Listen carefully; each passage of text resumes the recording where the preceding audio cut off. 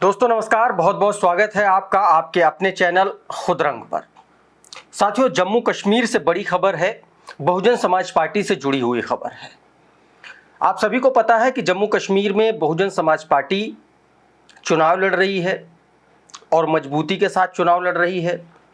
27 अगस्त की राष्ट्रीय कार्यकारिणी की बहुजन समाज पार्टी की बैठक में इस बात को लेकर के मंथन भी हुआ। जम्मू कश्मीर के जो प्रदेश अध्यक्ष हैं वो भी आए थे इस बैठक में, प्रदेश के उपाध्यक्ष भी आए थे। दर्शन राणा प्रदेश के महासचिव भी रह चुके हैं जो प्रदेश अध्यक्ष हैं। अब इस पर एक अलग विस्तार से चर्चा की गई है। बताया जा रहा है कि इस बैठक में जो कैंडिडेट हैं, जो चुनाव लड़ने वाले लोग हैं बहुजन समाज पार्टी से, उनकी पूरी लिस्ट भी दिखाई गई बहन कुमारी मायावती जी को लेकर के। और उसके बाद यह तय हुआ कि जम्मू कश्मीर में बहुजन समाज पार्टी जो है चुनाव लड़ेगी साथियों। लेकिन इस पूरे चुनाव में बहुजन समाज पार्टी चुनाव अकेले क्यों लड़ रही है, इस पर चर्चा भी होनी बहुत जरूरी है साथियों, एक बहुत बड़ी खबर यह है अंदर की कि जम्मू कश्मीर में लगभग फारूक अब्दुल्ला की जो नेशनल कॉन्फ्रेंस पार्टी है, Jammu Kashmir national conference party है, उसके साथ लगभग बहुजन समाज पार्टी का जो गठबंधन था वो तय हो गया था। कई बार उमर अब्दुल्ला ने फोन किया आकाश आनंद को, फोन पर बातचीत हुई आकाश आनंद से गठबंधन को लेकर के। आकाश आनंद की तरफ से लगभग ओके भी हो गया। उसके बाद उमर अब्दुल्ला साहब ने बहन कुमारी मायावती जी को अप्रोच किया और उसके बाद लगभग यह मामला फाइनल हो गया था। लेकिन साथियों, इस पूरे गठबंधन की जो स्क्रिप्ट थी वो कहीं और से लिखी जा रही थी। इस पूरे गठबंधन की स्क्रिप्ट साथियों बहुजन समाज पार्टी को फंसाने के लिए लिखी जा रही थी, क्योंकि नेशनल कॉन्फ्रेंस का गठबंधन एक पार्टी से पहले ही बात पक्की हो चुकी थी। साथियों, मैं बात कर रहा हूं कांग्रेस पार्टी की। और जब यह बात पता चली बहुजन समाज पार्टी को, बहन कुमारी मायावती जी को, उसके तुरंत बाद उन्होंने इस गठबंधन में शामिल होने से इनकार कर दिया। अगर यह गठबंधन नेशनल कॉन्फ्रेंस और बहुजन समाज पार्टी के बीच तो होता तो बहुजन समाज पार्टी जरूर गठबंधन में चुनाव लड़ती। और इस बैठक में 27 तारीख की बैठक में यह बात एकदम पुख्ता तरीके से साफ तौर पर बहन जी ने कही है कि जो गैर कांग्रेसी और गैर भाजपाई छोटे दल हैं उनके साथ गठबंधन करेंगे जो समान विचारधारा से आते हैं। और साथियों, मैं आपको बता दूं कि हो सकता है आने वाले कुछ दिनों में गठबंधन छोटे दलों के साथ हो भी, क्योंकि 3 दर्जन से ज्यादा छोटी बड़ी पार्टियां इस बार जम्मू कश्मीर के चुनाव में ताल ठोक रही हैं। पीडीपी से एक बड़े लीडर अलग हुए, उन्होंने अपनी पार्टी बनाई, अपनी पार्टी का नाम रखा जम्मू कश्मीर अपनी पार्टी। एक ये पार्टी है। एक कांग्रेस से अलग होकर के गुलाम नबी आज़ाद ने अपनी पार्टी बना ली, एक ये पार्टी है। बहुजन समाज पार्टी वैसे भी चुनाव लड़ रही है। बहुजन समाज पार्टी का जम्मू कश्मीर में अपना एक अलग और शानदार इतिहास भी रहा है चुनाव का, चुनाव जीतने का भी। तो मैं ये कह रहा था कि गठबंधन की बात लगभग फाइनल हो गई थी, लेकिन इसकी स्क्रिप्ट कांग्रेस से लिखी जा रही थी। कांग्रेस दरअसल चाहती थी कि जम्मू कश्मीर नेशनल कॉन्फ्रेंस और कांग्रेस पार्टी और बहुजन समाज पार्टी साथ में आए। और यह बात जैसे ही बहन जी को पता चली उन्होंने इनकार कर दिया। अब क्यों इनकार कर दिया, इसके पीछे के कारण आप सभी जानते हैं। आरक्षण को लेकर के कांग्रेस का क्या स्टैंड रहा है, बाबा साहेब भीमराव अंबेडकर को लेकर के कांग्रेस ने क्या कुछ नहीं किया। बहुत सारे ऐसे तथ्य हैं, बहुत सारे ऐसे तर्क हैं जिसको लेकर के बहन कुमारी मायावती जी अक्सर वो अपने ट्विटर हैंडल पर लिखती रहती हैं, अपने बयान में, अपने प्रेस कॉन्फ्रेंसेस में बोलती रहती हैं। तो साथियों, बहुजन समाज पार्टी का और नेशनल कॉन्फ्रेंस का गठबंधन इस तरीके से होते होते रह गया। अब साथियों, जम्मू कश्मीर में बहुजन समाज पार्टी अपने दम पर चुनाव लड़ रही है और चुनाव लड़ते लड़ते पहले चरण में उसने अपने उम्मीदवारों के नाम का ऐलान हो दिया, उनके उम्मीदवारों का, बसपा के उम्मीदवारों का नॉमिनेशन भी हो गया, नामांकन भी दाखिल हो गया। यानी कि पहला चरण, 3 चरणों में मैं आपको बता दूं, 3 चरणों में जम्मू कश्मीर के चुनाव हो रहे हैं। ये चरण है 18 सितंबर को पहला चरण, 25 सितंबर को दूसरा चरण और 1 अक्टूबर को तीसरा चरण। तो 3 चरण में 3 फेजेस में जम्मू कश्मीर के विधानसभा के चुनाव हो रहे हैं और पहले चरण के लिए नॉमिनेशन की प्रक्रिया समाप्त हो चुकी है। मैदान में 219 उम्मीदवार हैं, जिसमें से 4 बहुजन समाज पार्टी के हैं। उन कैंडिडेट के बारे में भी आपको बताएंगे, उन सीटों के सियासी समीकरणों के बारे में भी बताएंगे, सब कुछ बताएंगे। लेकिन उससे पहले आप थोड़ा सा ये जान लीजिए कि जम्मू कश्मीर में इस बार बदलाव क्या हुआ। साथियों, जम्मू कश्मीर में इस बार परिसीमन हुआ है। आप सभी को पता है कि 10 साल बाद यहां पर चुनाव हो रहे हैं और ये जो चुनाव हो रहे हैं ये बहुत महत्वपूर्ण है, बहुत अहम है। तो इस बार के परिसीमन में 3 सीटें जो हैं जम्मू कश्मीर में बढ़ गई हैं, यानी कि वो 3 सीटें नई बनी हैं।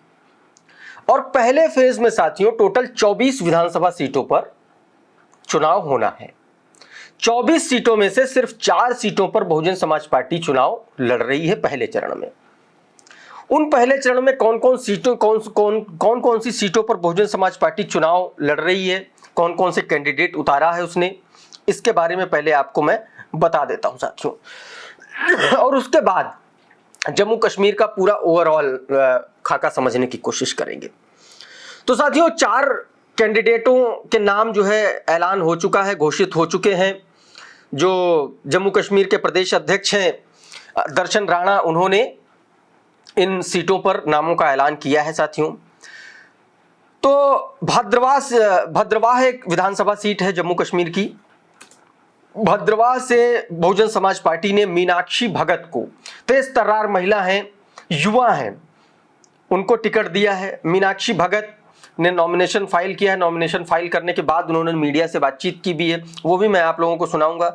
तो भद्रवाह से मीनाक्षी भगत को उम्मीदवार बनाया गया। भद्रवाह साथियों जनरल सीट है। और इसके बाद साथियों इंद्रवल जो विधानसभा सीट है, इंद्रवल से सलमान निसार को उम्मीदवार बनाया है बहुजन समाज पार्टी ने। सलमान निसार इंद्रवल विधानसभा सीट से उम्मीदवार होंगे। और सुमित कुमार को किश्तवाड़ से बसपा ने अपना कैंडिडेट घोषित किया है।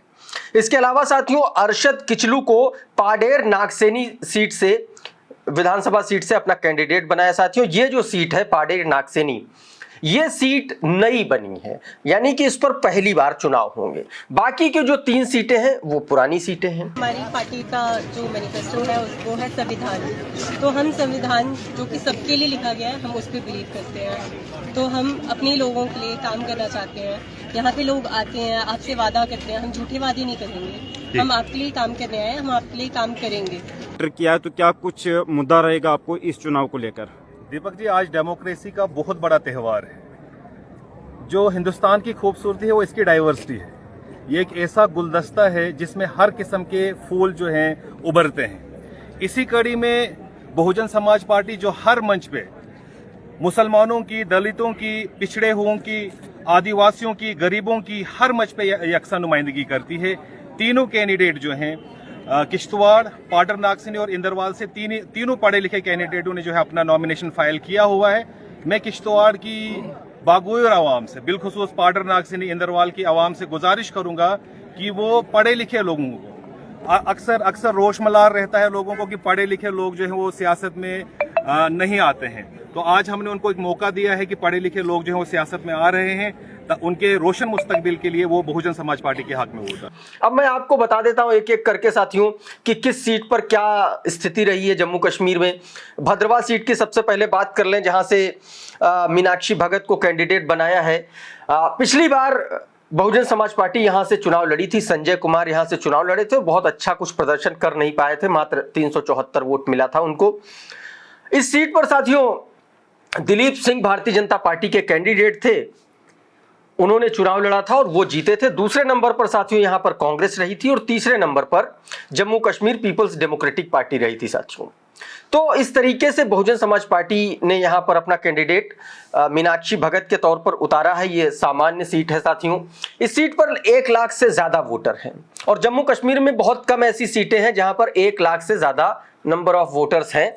जीत हार की बात कर लें तो 1-2% से जीत हार हो जाती है साथियों।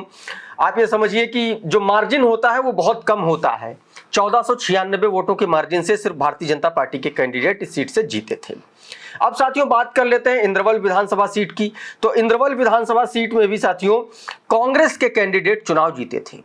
मैं आपको बता दूं कि 2014 में जब विधानसभा चुनाव हुआ था उसमें से सिर्फ 12 सीटें ही कांग्रेस पार्टी जीत पाई थी और मेरे ख्याल से 86 या 84 सीटों पर कांग्रेस पार्टी ने अपने कैंडिडेट फिलअप किए थे, जिसमें से 47 सीटों पर उसके कैंडिडेट की जमानत जब्त हो गई थी। तो इंद्रवल से कांग्रेस पार्टी के कैंडिडेट जो है चुनाव जीते थे।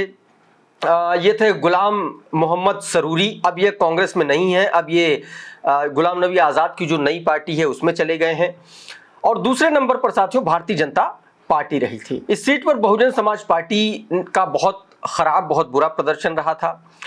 तो ये एक सीट है जहां से सलमान निसार को कैंडिडेट बनाया गया साथियों। सलमान निसार को इंद्रवल से कैंडिडेट बनाया है बहुजन समाज पार्टी ने। तो यहाँ से पिछली बार जो कैंडिडेट लड़े थे वो ज्योति प्रकाश लड़ी थी। इस बार कैंडिडेट बदला गया है, सलमान निसार को उम्मीदवार बनाया गया है। इसके अलावा किश्तवाड़ की अगर बात कर लें तो किश्तवाड़ से बहुजन समाज पार्टी की तरफ से अरशद किचलू, माफ कीजिएगा, सुमित कुमार को उम्मीदवार बनाया है। सुमित कुमार पिछली बार चुनाव देशराज लड़े थे, इस सीट से बहुत अच्छा कोई प्रदर्शन नहीं था, 150-200 वोट मिले थे। वैसे भी ये बहुत छोटी छोटी विधानसभा सीटें हैं। इस सीट पर टोटल इलेक्टर्स 78,000 हैं, यानी कि टोटल जो वोटर हैं वो सिर्फ 78,000 है। मैंने आपको पहले ही बताया कि 1 लाख जो वोटर हैं, 1 लाख से 20,000 तक मैक्सिमम वोटर हैं जम्मू कश्मीर की किसी भी विधानसभा सीट पर। बाकी सब विधानसभा सीटों पर इससे नीचे ही वोटर हैं। तो यहाँ पर साथियों भारतीय जनता पार्टी के कैंडिडेट किश्तवाड़ से जीते थे सुनील कुमार शर्मा। और दूसरे नंबर पर Jammu Kashmir national conference party रही थी। इस बार जम्मू कश्मीर नेशनल कॉन्फ्रेंस और इंडियन नेशनल कांग्रेस गठबंधन में है और दूसरे तीसरे नंबर पर ये दोनों कैंडिडेट साथियों रहे थे। तो आप ये समझिए कि ये सीटें हैं। और इसके अलावा जो एक आखिरी सीट है अरशद किचलू वाली, जो जहां से अरशद किचलू को कैंडिडेट बनाया है बहुजन समाज पार्टी ने, ये सीट जो है साथियों इसका नाम है पाडेर नागसेनी। ये नई सीट बनी है, इस पर पहली बार चुनाव हो रहे हैं। इस सीट पर आप ये समझिए कि 90,000 से कम ही वोटर हैं, बहुत कम वोटर हैं इस सीट पर। तो ये कैंडिडेट थे। अब साथियों मैं जम्मू कश्मीर को लेकर के क्या कुछ चीजें हैं, क्या बदलाव हुए हैं, मैंने आपको पहले बताया। पहले 87 विधानसभा सीटें टोटल हुआ करती थी जहां पर चुनाव होते थे। मैं इसमें पाक ऑक्युपाइड कश्मीर पीओके की जो सीटें हैं उन सीटों की गणना नहीं कर रहा हूं, वहां पर चुनाव नहीं होते हैं।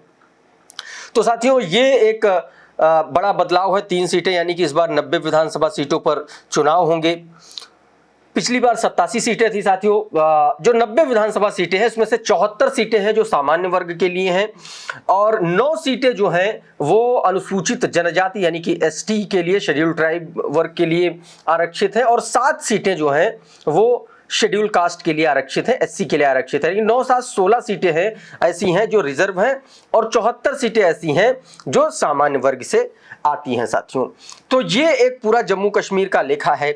मैं साथियों आपको यह बताना चाह रहा हूं कि बहुजन समाज पार्टी जम्मू कश्मीर में चुनाव क्यों लड़ रही है, क्योंकि जम्मू कश्मीर में बहुजन समाज पार्टी का अपना एक अलग प्रभाव रहा है। 2014 का अगर चुनाव देखें तो कठुआ विधानसभा सीट पर बहुजन समाज पार्टी ने जबरदस्त प्रदर्शन किया था और 31-31.5% वोट इस सीट पर आए थे बहुजन समाज पार्टी को और सभी दल मतलब आप समझिए इससे भौचक्के रह गए थे, इतना जबरदस्त प्रदर्शन था। इससे पहले की बात करेंगे तो 1996 का जो विधानसभा चुनाव था बहुजन समाज पार्टी की 4 सीटें यहां से बहुजन समाज पार्टी ने जीती थी। ये बहुजन समाज पार्टी का बेस्ट परफॉर्मेंस भी है जम्मू कश्मीर के किसी भी विधानसभा चुनाव में साथियों। तो आप ये समझिए कि आने वाले वक्त में बहुजन समाज पार्टी जम्मू कश्मीर में चुनाव लड़ेगी। अगर 2014 की बात करें तो 2014 में बहुजन समाज पार्टी ने जम्मू कश्मीर की टोटल 50 सीटों पर चुनाव लड़ा था, लेकिन उसमें से 49 सीटों पर बसपा की जमानत जब्त हो गई थी, 1 सीट बच गई थी। तो ये इस तरीके का कुछ प्रदर्शन रहा है जम्मू कश्मीर में बहुजन समाज पार्टी का। अब आने वाले वक्त में पहले फेज का नॉमिनेशन हो चुका है, 4 कैंडिडेट चुनाव लड़ रहे हैं। और ये जो फेज है ये जम्मू कश्मीर के लिए बहुत ज्यादा महत्वपूर्ण नहीं है, बहुत ज्यादा अहम है लेकिन बहुत ज्यादा प्रभाव वाला नहीं है। जैसे जैसे दूसरा और तीसरा चरण आएगा वैसे में बहुजन समाज पार्टी और ज्यादा सक्रियता नजर आएगी जम्मू कश्मीर में, क्योंकि ये वो इलाके हैं जहां जम्मू कश्मीर में इन इलाकों में बहुजन समाज पार्टी का अच्छा प्रभाव है। ये वो इलाके हैं जो जम्मू से सटे हुए हैं, यानी कि घाटी के इलाके ना होकर के जम्मू के इलाकों में बसपा का अच्छा प्रभाव है। और जम्मू में बहुजन समाज पार्टी, ऐसा कहा जा रहा है, ऐसी चर्चा है कि बहुजन समाज पार्टी 35 से 37 सीटों पर टोटल चुनाव लड़ेगी, जिसमें से 4 सीटों पर कैंडिडेट उसने घोषित कर दिए। लगभग 30-32 सीटों पर अभी कैंडिडेट और उतरने हैं और ये सारी लिस्टिंग हो चुकी है। नॉमिनेशन को लेकर के कैंडिडेट जो पहले तौर पर प्रथम दृष्टया जो कैंडिडेट फाइनल हुए वो दिखा दिया गया है। हो सकता है आने वाले वक्त में ये कैंडिडेट बदले भी जाए, लेकिन 35 से 37 सीटों पर बहुजन समाज पार्टी इस बार चुनाव लड़ने जा रही है साथी। तो ये जम्मू कश्मीर के विधानसभा चुनाव से जुड़ा, बहुजन समाज पार्टी से जुड़ा ये एक बड़ा अपडेट था। इस वीडियो में फिलहाल इतना ही। हमारा ये वीडियो, इस वीडियो में दी गई जानकारी, हमारा ये एनालिसिस आपको कैसा लगा हमें कमेंट बॉक्स में ज़रूर लिख भेजिए। अगर कोई सुझाव है तो वो भी लिखिए।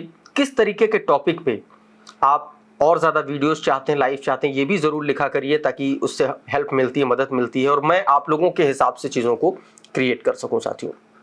तो आज के इस फिलहाल वीडियो में इतना ही। अगर ये वीडियो आपको पसंद आया तो इसको लाइक कर दीजिए, इसको शेयर भी कर दीजिए और चैनल को हमारे सब्सक्राइब ज़रूर कर लीजिए, बेल आइकन दबा दीजिए ताकि इस तरीके के तमाम वीडियोस, तमाम लाइव, तमाम रिसर्च, तमाम बड़ी खबरें आपको सबसे पहले मिले साथियों। बहुत बहुत शुक्रिया, बहुत बहुत धन्यवाद। जुड़े रहिए खुद रंग के साथ। नमस्कार।